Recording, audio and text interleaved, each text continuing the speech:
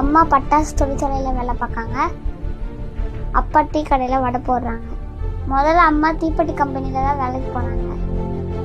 நான் ஸ்கூல் முடிச்சுட்டு வந்து நேராக அம்மா கூட தீப்பெட்டி கம்பெனியில் போய் அம்மா கொஞ்சம் ஹெல்ப் பண்ணுவேன் சார். அது மூலயமா அம்மா கொஞ்சம் எக்ஸ்ட்ரா சம்பளம் கிடைக்கும்.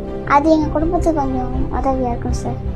நம்ம கவர்மெண்ட் ஸ்கூலில் படிக்கிறோமே, நல்லா கோச்சிங்லாம் தருவாங்களா, நல்லா காலேஜ்லாம் கிடைக்குமா அப்படின்ட்டு ரொம்ப யோசிச்சிருக்கேன் சார். ஆனால் அதுதான் என் லைஃப்பை மாற்றம் நான் யோசிச்சுக்கிட்டே பார்க்கணும் சார்.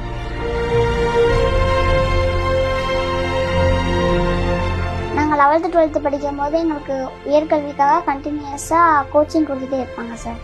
அப்போ தான் எனக்கு ஜேஇஇ, ஐஐடி இதை பற்றிலாம் எனக்கு தெரியும் சார். எனக்கு ஜேஇ எக்ஸாமுக்கு ஃபீஸ் கட்டினது, கைட் பண்ணது எல்லாமே கவர்மெண்ட் தான் சார். திடீர்னு ஒரு நாள் கரியர் கவுன்சிலிங்லேருந்து ஒரு சார் கால் பண்ணி நீ ஐஐடி பாம்பேல செலக்ட் ஆகிட்டேன்னு சொன்னாங்க சார். நான் ஜேஇஇ கிளியர் பண்ணி ஐஐடி பாம்பேல ஏரோஸ்பேஸ் இன்ஜினியரிங் படிக்க போகிறேன்.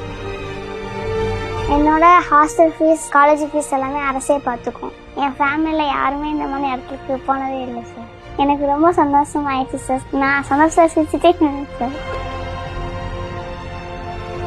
என் குடும்ப சூழ்நிலையை பார்த்து என்னையும் பார்த்து மதிக்காமல் போனவங்க கூட இப்போ தேடி வந்து விஷ் பண்ணுறாங்க.